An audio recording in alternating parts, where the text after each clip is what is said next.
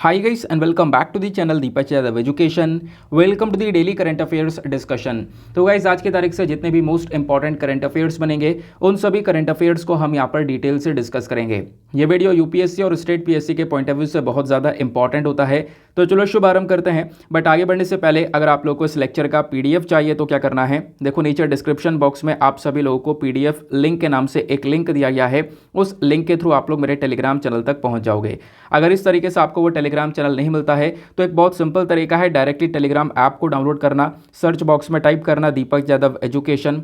जैसे ही आप लोग यहाँ पे लिखोगे इसके आगे यूपीएससी और लगा देना, आपको वो चैनल मिल जाएगा। वहाँ पर 1,19,000 से ज़्यादा सब्सक्राइबर्स आपको मिल जाएंगे। वहाँ से आप लोग इस लेक्चर के पीडीएफ को आराम से डाउनलोड कर पाओगे। पीडीएफ डाउनलोड करने से फ़ायदा यह होगा आपके पास में सारा का सारा कंटेंट स्टोर रहेगा, तो वहाँ से रिवीजन वगैरह आराम से हो सकता है।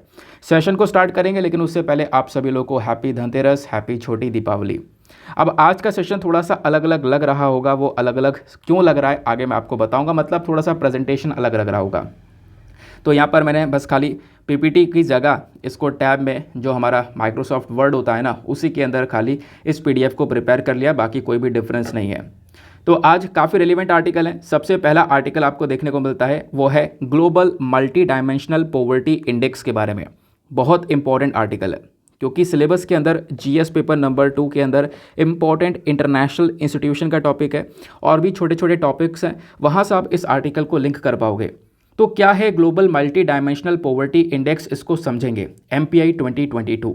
सबसे पहली चीज़ हम लोग ये देखते हैं कि आखिरकार ये खबर न्यूज़ में क्यों चल रही है, क्योंकि रिसेंटली यहाँ पर इस MPI इंडेक्स 2022 वाले इंडेक्स को रिलीज़ किया गया है। किसने रिलीज़ किया है, ध्यान रखना, UNDP और OPHI ने साथ में मिलकर इसको रिलीज़ किया है। अब ये क्या है, UNDP का मतलब है यूनाइटेड नेशंस डेवलपमेंट प्रोग्राम और OPHI का मतलब है Oxford poverty and human development initiative.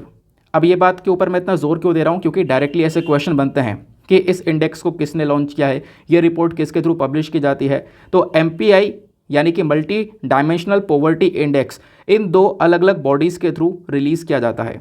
तो अब की बार यानी साल 2022 वाला ये इंडेक्स आया है, जिसकी वजह से ये आर्टिकल आपको न्यूज़ में देखने को मिलेगा। तो इसी के हाइलाइट्स को हम डिस्कस करेंगे, आखिरकार इन इंडेक्स में क्या क्या चर्चा की गई है। सबसे पहली चीज़, इस इंडेक्स के अंदर एक तो इंडिया का डेटा अलग से डिस्कस करेंगे कि इंडिया में मल्टी डायमेंशनल पॉवर्टी को लेकर क्या हालात हैं, और ग्लोबल डेटा अलग है यानी कि पूरे दुनिया भर में क्या हालात हैं वो अलग से यहाँ पर कवर किया गया है। अगर हम लोग दुनिया भर के अंदर मल्टी डायमेंशनल पूरनेस को देखें, देखो पॉवर्टी का मतलब गरीबी सभी लोगों को पता है। मल्टी डायमेंशनल का मतलब है कि गरीबी न केवल इनकम के माध्यम से और भी अलग अलग तरीके से यहाँ पर हो सकती है। ऐसा नहीं है कि हाँ लोगों के पास में पैसा नहीं है वो गरीबी है, ठीक है ना। इसके अलावा लोगों को अच्छा खाना नहीं मिल पा रहा है, एजुकेशन नहीं मिल पा रही है, वो चीज़ों को भी यहाँ पर ये मेजर करता है। ऑब्वियसली बात है, पैसा ना होने की वजह से यहाँ पर वो चीज़ें भी अफोर्ड नहीं कर पाते हैं लोग।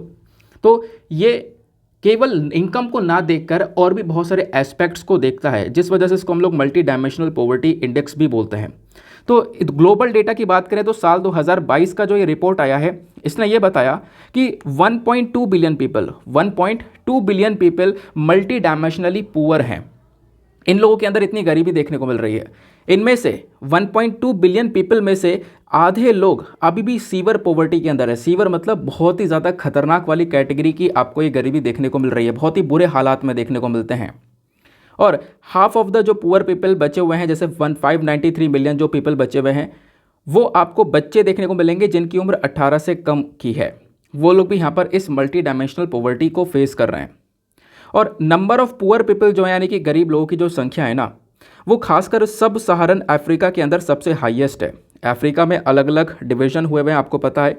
सब सहारन जो अफ्रीकन रीजन है ना, यहाँ पर सबसे ज़्यादा पुअर पीपल देखने को मिलेंगे। कितना नंबर है, लगभग 579 मिलियन के आसपास।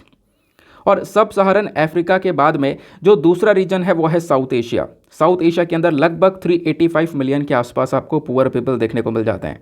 और अगर हम लोग ये सब सहारन अफ्रीकन प्लस साउथ एशिया इन दोनों ही रीजन को साथ में मिला लें तो सबसे ज़्यादा गरीबी इन दोनों ही एरिया के अंदर देखने को मिलती है। फिर इस इंडेक्स ने बताया ये जो पुअरनेस इंक्रीज हुई है, इसके पीछे का एक रीज़न कोविड-19 पैंडेमिक भी है। कोरोना का भी इम्पैक्ट यहाँ पर पड़ा है, क्योंकि आप देखोगे एक रीसेंट रिपोर्ट आई है किसके ऊपर, फूड सिक्योरिटी के ऊपर। ये जो फूड सिक्योरिटी के ऊपर रिपोर्ट आई है ये वर्ल्ड फूड प्रोग्राम लेकर आया था। अब वर्ल्ड फूड प्रोग्राम में सजेशन ये दिया कि जो बहुत सारे लोग रह रहे हैं ना, और वो लोग कहीं ना कहीं फूड क्राइसिस से सफ़र कर रहे थे, उनको प्रॉपरली खाना नहीं मिल पा रहा था या फिर पूरे दिन में एक वक्त का खाना मिल पा रहा था। तो इस प्रकार के जो लोग हैं वो लगातार बढ़े हैं साल 2021 के अंदर। यानी ऐसे लोग जो कि फूड क्राइसिस को फेस कर रहे थे, ये सिचुएशन यहाँ पर इंक्रीज हुई है, 193 मिलियन तक पहुँच गई थी साल 2021 में, ऐसा खुद वर्ल्ड फूड प्रोग्राम ने बताया। तो अगर हम लोग डेटा के अकॉर्डिंग बात करें तो पैंडेमिक की वजह से भी आप देखोगे काफ़ी सारे लोगों को अच्छा खाना नहीं मिल पाया है ना। और इसके चक्कर में आप देखोगे जो गरीबी है वो और ज़्यादा इंक्रीज होती हुई नजर आएगी। यानी पैंडेमिक का भी एक इम्पैक्ट आपको देखने को मिलता है। ये यहाँ पर मल्टी डायमेंशनल पॉवर्टी इंडेक्स बताना चाहता है। अब ये तो हम लोगों ने जो अभी बात करी है ऊपर, वो ग्लोबल लेवल पर बात करी है, दुनिया भर के अंदर क्या हालात हैं। अब हम लोग बात करने वाले हैं केवल इंडिया के बारे में, स्पेसिफिकली भारत के अंदर क्या हालात आपको देखने को मिलेंगे। तो डेटा ये बोलता है कि इंडिया के अंदर भी आपको large number of poor people नज़र आते हैं। Large number of poor people पूरे दुनिया भर में नज़र आते हैं। लेकिन अगर आप लोग पूरे दुनिया भर का डेटा देखोगे ना, पूरे दुनिया भर के कंपैरिजन में अगर आप लोग इंडिया को देखोगे तो इंडिया के अंदर 22.8 करोड़ के आसपास लोग पुअर कैटेगरी में नज़र आते हैं। यानी इतना बड़ा नंबर भारत के अंदर आप देखोगे वो गरीबी से सफ़र कर रहा है। इसके बाद यहाँ पर नाइजीरिया आपको देखने को मिलेगा, यहाँ पर 9.6 करोड़ पीपल आप कह सकते हो कि पुअर वाली कैटेगरी में नज़र आते हैं। ठीक है ना। इंडिया के बाद यहाँ पर नाइजीरिया सबसे ज़्यादा सफ़र कर रहा है, ऐसा यहाँ पर बताया गया। अब ऐसे यहाँ पर जितने भी लोग हैं वो कहीं ना कहीं बहुत सारी प्रॉब्लम फेस कर रहे हैं। एजुकेशन नहीं मिल पा रही है, अच्छा खाना नहीं मिल पा रहा है, न्यूट्रिशन नहीं मिल पा रहा है। तो ये सारी चीज़ें यहाँ पर ये मल्टी डायमेंशनल पॉवर्टी कवर करता है। तो इंडिया का डेटा क्या बताया इस 2022 के इंडेक्स ने, ये आपने क्लियर हुआ। फिर उसके बाद में ये भी बोलते हैं कि आखिरकार देखो, भले ये नंबर बहुत बड़ा हो लेकिन फिर भी पिछले कुछ समय में अगर हम देखें तो भारत के अंदर गरीबी काफ़ी हद तक कम हुई है, थोड़ा सा रिड्यूस देखने को मिलेगा। और कितना कम हुआ है, जब आप लोग 2005 और 6 में देखोगे ना तो ये गरीबी कितनी थी, ये बेसिकली 55.1% के आसपास थी। और ये 2019 से लेकर 21 के बीच में बहुत ज़्यादा कम हो गया है। यानी कि पॉवर्टी एक टाइम पर बहुत ज़्यादा हुआ करती थी और अब 2019, 20, 21 में देखोगे तो ये लगभग 55.1% से कम होकर 16.4% के आसपास पहुंच गई है। क्लियर हुआ ये बात। देखो यहाँ पर यह बोला जाता है कि एक समय ऐसा था जब गरीबी एक बहुत अल्टीमेट लेवल पर हुआ करती थी। इन 15 सालों में 2005-6 से लेकर 2020-21 तक बात करें तो इन 15 सालों के अंदर लगभग 41.5 करोड़, कितने 41.5 करोड़ जो लोग हैं ना वो गरीबी से बाहर निकल कर आए हैं, ऐसा भी बोला गया। मतलब भले ही एक बहुत बड़ा नंबर हो जहाँ पे इंडिया के अंदर बहुत सारे पुअर पीपल देखने को मिलेंगे, लेकिन उसके बावजूद भी अगर हम लोग देखें तो बहुत सारे लोग पिछले कुछ समय में, पिछले 15 सालों में गरीबी से बाहर निकल कर आए हैं। तो यानी कि इस इंडेक्स के अंदर एक इम्प्रूवमेंट यहाँ पर नज़र आया है। अब पॉवर्टी में ये रिडक्शन कहाँ पे हुआ, इसके बारे में थोड़ी सी हम लोग चर्चा करने वाले हैं। गरीबी आखिरकार कहाँ पर कम हुई है, स्टेट्स का परफॉर्मेंस कैसा रहा है। तो बिहार यहाँ पे 2015-16 में आप देखोगे ना तो एक पुअरेस्ट स्टेट था, गरीबी बहुत ज़्यादा थी बिहार के अंदर में, बहुत ज़्यादा रिडक्शन देखने को मिल रहा था लगातार इस मल्टी डायमेंशनल पॉवर्टी इंडेक्स के वैल्यू के अंदर। लगातार बिहार की वैल्यू कम होती हुई नज़र आ रही थी। तो ये जो परसेंटेज है ना पुअर पीपल का बिहार में, ये अब यहाँ पे काफ़ी हद तक कम हो गया है, मतलब सिचुएशन में सुधार आया है। 2005-6 के अंदर आप देखोगे तो लगभग ये जो गरीबी है वो 77.4% के आसपास थी और ये 2015-16 में यही पुअरनेस कम होकर 52.4% के आसपास पहुंची है और 2019-20-21 के अंदर ये 34.7% के आसपास पहुंची है। मतलब आप लगातार देखोगे साल ब साल लगातार यहाँ पर जो सिचुएशन है वो इम्प्रूव हुई है। जो यहाँ पे एमपीआई के अंदर वैल्यू है इसकी वो इम्प्रूव हुई है। जो गरीबी वाला सिचुएशन था वो यहाँ पर ठीक होता हुआ नज़र आया है। तो ये बिहार यहाँ पे काफ़ी हद तक प्रोग्रेस किया है, आप ऐसा कह सकते हो। इसके अलावा यहाँ पर मेंशन किया गया कि और भी आपको 10 और ऐसे पुअरेस्ट स्टेट्स देखने को मिलेंगे जहाँ पे सबसे ज़्यादा गरीबी थी। इनमें से वेस्ट बंगाल निकल कर आया है इस लिस्ट में। वेस्ट बंगाल के अंदर भी सिचुएशन काफ़ी हद तक सही होती हुई नज़र आई है। बाकी यहाँ पर आपको और भी स्टेट्स देखने को मिलेंगे जैसे बिहार, झारखंड, मेघालय, मध्य प्रदेश, उत्तर प्रदेश, असम, ओडिशा, छत्तीसगढ़, राजस्थान। ये भी यहाँ पर अभी 10 पुअरेस्ट नेशंस के अंदर ही आते हैं। यहाँ पर अभी भी आप देखोगे ना तो गरीबी काफ़ी उच्च स्तर पर नज़र आती है।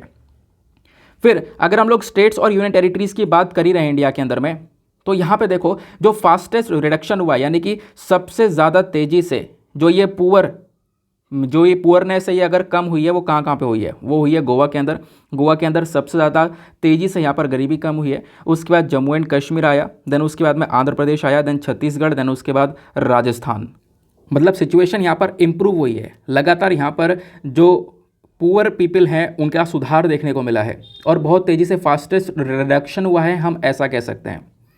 अब यहाँ पे बात आती है उसके बाद पॉवर्टी अमंग चिल्ड्रन की, यानी कि बच्चों के अंदर क्या सिचुएशन देखने को मिलती है। जब हम लोग बात करते हैं छोटे बच्चों की, तो यहाँ पर भी इम्प्रूवमेंट नज़र आया है। लगभग 5 में से जो एक बच्चा है ना वो कहीं ना कहीं पुअर नज़र आता है। उसके अलावा एडल्ट्स की बात करें, ये अब मैंने आपको बताया 5 में से एक बच्चा पुअर नज़र आता है। एडल्ट्स की बात करें तो एडल्ट्स में हर 7 में से एक बच्चा कहीं ना कहीं ये पुअर कैटेगरी के अंदर आ रहा है, इस सिचुएशन से सफ़र कर रहा है। लेकिन बच्चों के अंदर भी अगर हम लोग बात करें तो काफ़ी बड़ा इम्प्रूवमेंट देखने को मिला है। हालांकि अभी भी दुनिया भर के अंदर इंडिया में सबसे ज़्यादा नंबर ऑफ़ पुअर चिल्ड्रन नज़र आते हैं, लेकिन फिर भी सिचुएशन पहले के कंपैरिजन में थोड़ा सा इम्प्रूव हुआ है। दूसरा, reduction of poverty region wise, यानी कि अगर हम लोग रीजन वाइज बात करें तो कहाँ कहाँ पर, जैसे कि शहर वाले एरिया, गांव वाले एरिया, तो कौन से एरिया में सबसे ज़्यादा तेज़ी से गरीबी कम हुई है। तो जब पॉवर्टी को देखते हो ना, तो सबसे पहली बात हम रूरल एरियाज़ की बात करेंगे, यानी गांव वाले एरिया की। तो गांव वाले एरिया में 2015-16 के अंदर 36.6% के आसपास पॉवर्टी रेट हुआ करता था, जो कि 2019-20-21 के अंदर ये सुधर कर 21.2% हुआ है इस इंडेक्स के अकॉर्डिंग। ये बात कहाँ की है, रूरल एरियाज़ की। अब उसके बाद अर्बन एरियाज़ की बात करें तो अर्बन एरियाज़ में भी सिचुएशन इंप्रूव हुई है। पहले ये 9.0% हुआ करता था, अब यहाँ पर इंप्रूव होकर ये 5.5% हुआ है। ठीक है ना। वैसे आप देखोगे तो गांव वाले एरिया में काफ़ी बड़ा सुधार आपको नज़र आता है। तो ये सारी बातें किसने बताई हैं, ये सारी बातें बताई हैं मल्टी डायमेंशनल पॉवर्टी इंडेक्स ने, global multi dimensional poverty index. आओ अब इस इंडेक्स के बारे में कुछ फैक्ट्स के बारे में बात कर लेते हैं। कुछ तथ्य आपको पता होने चाहिए जो कि एग्ज़ाम में डायरेक्टली प्रीलिम्स के अंदर आपसे पूछे जाएंगे। सबसे पहली चीज़, ये जो इंडेक्स है ना, ये कहीं ना कहीं एक इंटरनेशनल रिसोर्स देखने को मिलता है जो कि लगभग 100 से ज़्यादा डेवलपिंग कंट्रीज़ के अंदर पॉवर्टी को, गरीबी को मापने का काम करता है। जैसे ग्लोबल हंगर इंडेक्स भुखमरी को मापने का काम करता है, वैसे ये मल्टी डायमेंशनल पॉवर्टी इंडेक्स यहाँ पे दुनिया भर में गरीबी को मापने का काम करता है 100 से ज़्यादा डेवलपिंग कंट्रीज़ के अंदर में। और इस पॉवर्टी इंडेक्स को सबसे पहली बार लॉन्च किया गया था साल 2010 में। किस किस ने मिलकर लॉन्च किया था, मैंने आपको ऑलरेडी स्टार्टिंग बताया, UNDP और OPHI। ठीक है ना। अब यहाँ पर देखो इसकी फुल फॉर्म आप लोग बताओ। स्टार्टिंग में आपने अगर अच्छे से सुना होगा तो इन दोनों की फुल फॉर्म नीचे बिना ऊपर देखे आराम से बता सकते हो। जरा बताओ क्या है इन दोनों की फुल फॉर्म। अब ये जो MPI है, मल्टी डायमेंशनल पॉवर्टी इंडेक्स, ये लगभग 10 इंडिकेटर्स के ऊपर काम करता है। मतलब कैसे बताया कि यहाँ पर इतनी गरीबी है, क्या क्या चीज़ें देखता है।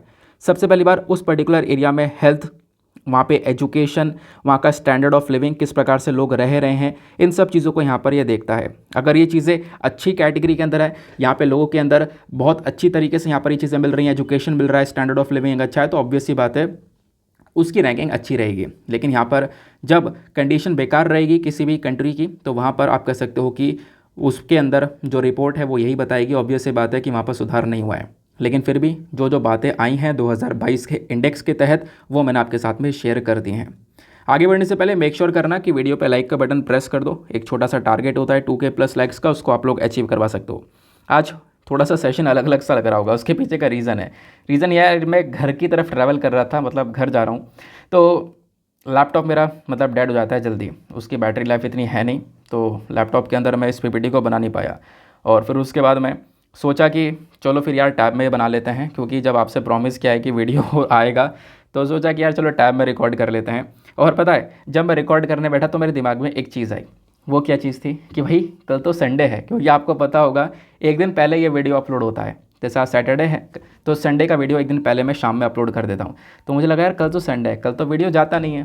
तो अब यहाँ पर मैंने कॉन्टेंट वगैरह सब कुछ रेडी कर लिया था, एनर्जी बहुत हाई थी। आज सोचा था यार सेशन लेंगे इंटरेस्टिंग सा। मतलब जब होता है ना, मोटिवेशन भरा होता है, जब आदत होती है चीज़ों की, तो फिर मतलब उसके बाद आप कह सकते हो बस काम हो ही जाता है और किसी मोटिवेशन की ज़रूरत भी नहीं पड़ती है। ऐसा मुझे आज फील हुआ। ठीक है, मतलब वैसा काफ़ी बार फील होता है। अब होता है यार ये भी है कि ना मुझे खाली बैठने की आदत बिल्कुल भी नहीं है। अब यह है कि ट्रैवलिंग कर रहा था तो खाली ही था, मैं क्या करता। तो मैंने सोचा यार कंटेंट तैयार कर लेते हैं। फिर उसके बाद मैं कंटेंट तैयार किया, सोचा रिकॉर्ड करेंगे। फिर रिकॉर्ड करते पर सोचा कि यार कल संडे है, लेकिन कोई बात नहीं, अच्छा लगा यहाँ पर कि हाँ कल संडे, फिर भी उसके बाद हम लोग कुछ नया सीखने वाले हैं। चलो आते हैं, फिलहाल बहुत बातें हो गई हैं अगले आर्टिकल पर। नेक्स्ट आर्टिकल बात करता है जैम रिपोर्ट के बारे में। जैम की एक रिपोर्ट आई है। जैम क्या है ये? मतलब ग्लोबल एनर्जी मॉनिटर। इन्होंने रिपोर्ट दी है coal mines in India underutilised, यानी कि जो कोयले की खदानें हैं ना, वो भारत के अंदर आज के टाइम पर अंडर यूटिलाइज्ड है। इनका यूज़ प्रॉपरली हो नहीं रहा है और नई खदानें खोदी जा रही हैं। तो नई खदानें जो खोदी जा रही हैं ना, उनका नुकसान बहुत ज़्यादा है और वो फालतू में काम हो रहा है जो भी नई खदानों के ऊपर हो रहा है, ऐसा यहाँ पर जैम रिपोर्ट का कहना है। आओ चलो फिर डिटेल से देखते हैं। तो जैम रिपोर्ट के अकॉर्डिंग बात करें, इंडिया की जो कोल माइंस हैं वो अंडर यूटिलाइज्ड हैं, प्रॉपर यहाँ पर उनका यूज़ हो नहीं रहा है और लगातार नई नई कोल माइंस से खुद रही हैं। तो ये कहीं ना कहीं बहुत सारी प्रॉब्लम क्रिएट करता हुआ नजर आएगा। सबसे पहले हम लोग बैकग्राउंड इन्फॉर्मेशन को कवर करते हैं। सर ये साल 2021 की बात है, यानी पिछले साल की बात है। भारत में एक बहुत तगड़ा कोल क्राइसिस आ गया था, यानी कि कोयले की कमी हो गई थी। कितनी कमी हुई थी? बहुत भारी भरकम। आप कह सकते हो कि लगभग 285 थर्मल पावर प्लांट्स हैं, इनमें से 100 से ज़्यादा थर्मल पावर प्लांट्स के अंदर कोयले का स्टॉक बहुत डाउन हो गया था। इनका जितना रिक्वायरमेंट होता है उससे भी बहुत कम हो गया था, जिसकी चक्कर में बहुत सारे राज्यों के अंदर बिजली बहुत ज़्यादा काटी जा रही थी, जैसे आंध्र प्रदेश में, झारखंड में, उत्तराखंड में, मध्य प्रदेश में। क्योंकि यहाँ पर आपको पता होगा कि इस कोयले को जलाकर ही, आप कह सकते हो कि थर्मल पावर प्लांट के अंदर कोयले को जलाते हैं, उसके बाद ही यहाँ पर इलेक्ट्रिसिटी का उत्पादन किया जाता है, इसका प्रोडक्शन किया जाता है।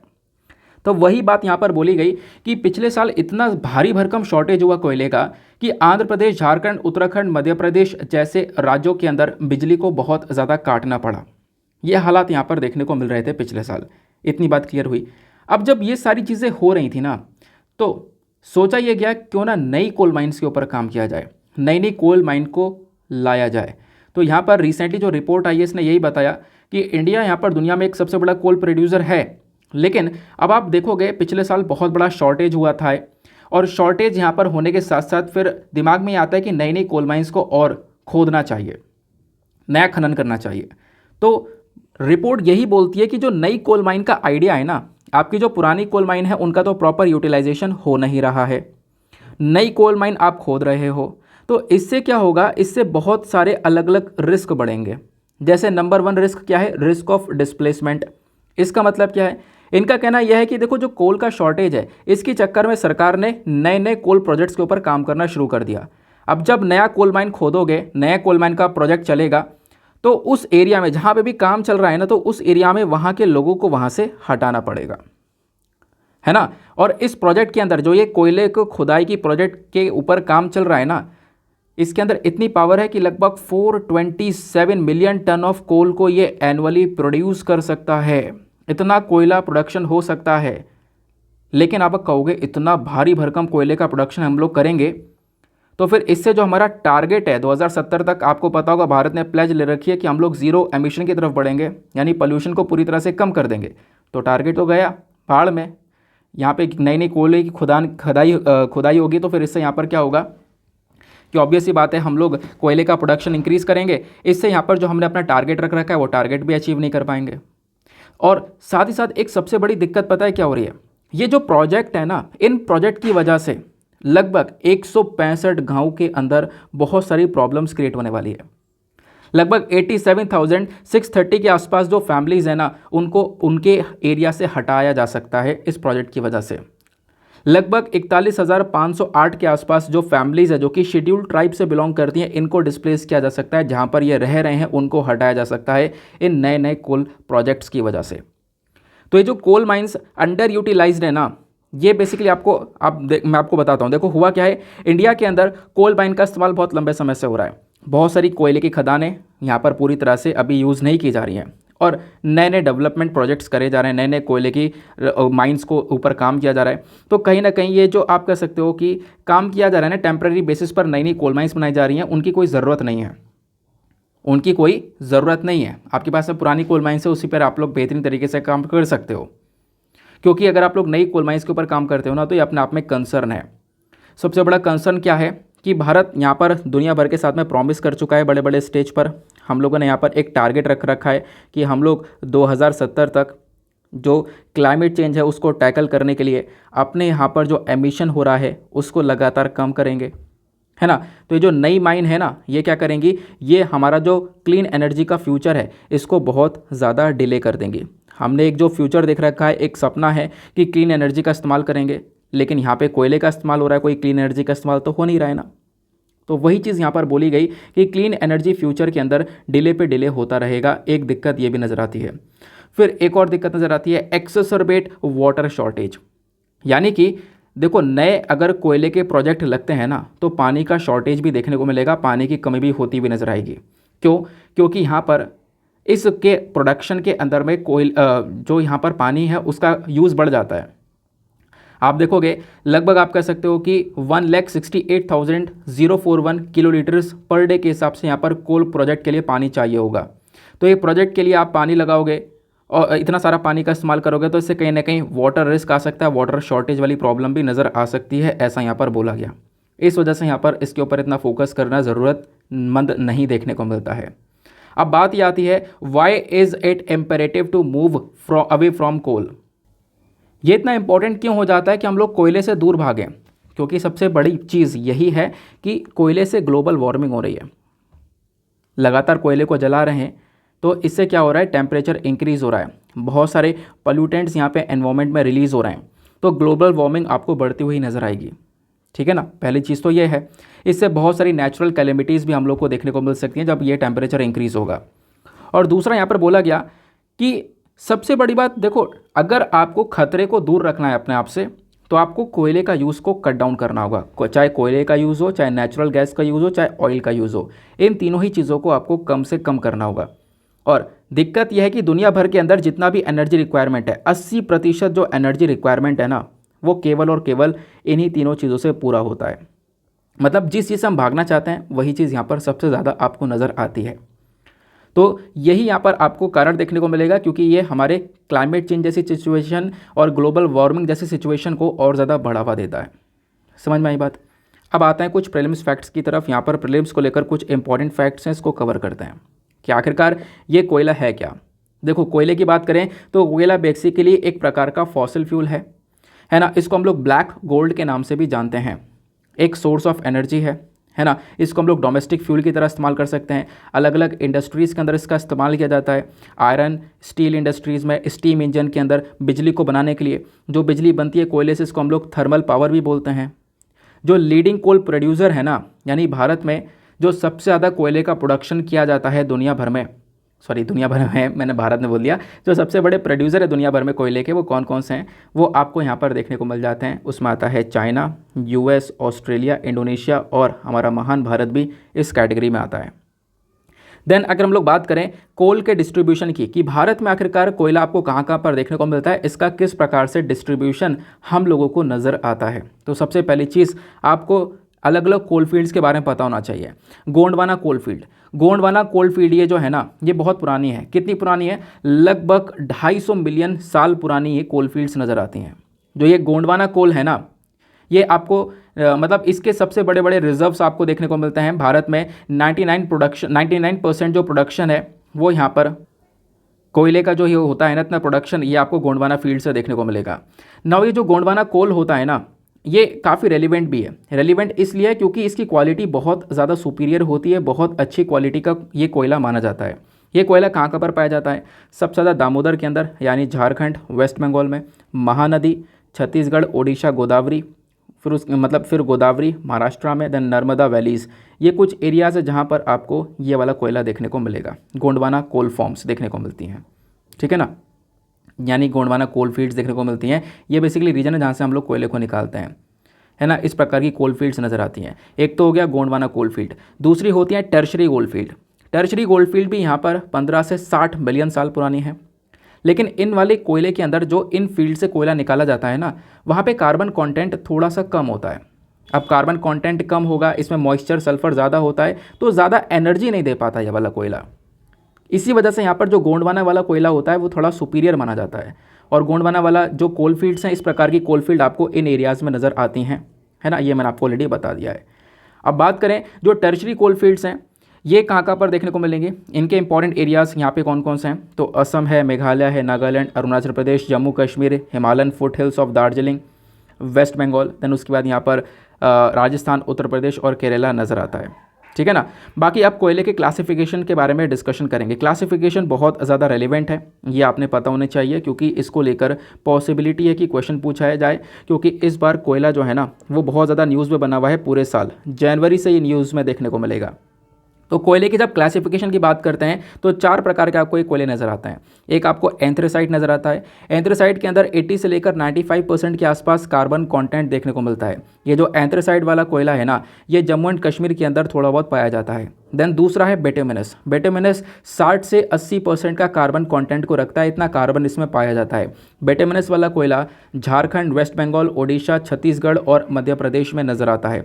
देन तीसरा प्रकार है लिग्नाइट। लिग्नाइट के अंदर 40 से 55% के आसपास कार्बन कंटेंट पाया जाता है। इसके अंदर मॉइस्चर भी बहुत ज़्यादा होता है और लिग्नाइट वाला कोयला आपको राजस्थान, लखीमपुर और तमिलनाडु में देखने को मिलता है। फिर आखिरी होता है पीट। पीट के अंदर कार्बन कंटेंट 40% से भी थोड़ा सा कम होता है, कार्बन कंटेंट कम होता है। लेकिन यहाँ पर आप कह सकते हो कि ये जो पीट है ना, ये आपको काफ़ी सारी जगह से मिल जाता है। तो जैसे कि आपने देखा होगा, मैंने आपको कुछ पिक्चर्स वगैरह दिखाई हैं, मिट्टी जैसा लगता है, तो ये मतलब काफ़ी सारी जगह पर मिल जाता है। बाकी उन तीनों की लोकेशंस मैंने आपको बताई हैं, सारा डेटा आपको मैंने यहाँ पे प्रोवाइड करवा दिया है। तो आज के सेशन में यहाँ पर बस खाली यही 2 ही आर्टिकल हम लोग यहाँ पर डिस्कस करने वाले हैं। ऑब्वियसली कल संडे भी है और छोटा ही सेशन यहाँ पे रखा गया है, मतलब वीडियो आता नहीं वैसे आज, लेकिन ना आने से अच्छा है कि हम लोगों कुछ अलग से डिस्कस कर लें, इंपॉर्टेंट आर्टिकल्स डिस्कस कर लें। ठीक है ना। चलो फिर आज के लिए बस इतना ही, बाकी आर्टिकल हम कल डिस्कस करेंगे और मिलते हैं आपसे अगले वीडियो में। आज के लिए bye bye, have a nice day, thank you and जय हिंद। और सभी लोगों को हैप्पी धनतेरस और हैप्पी दिवाली वंस अगेन।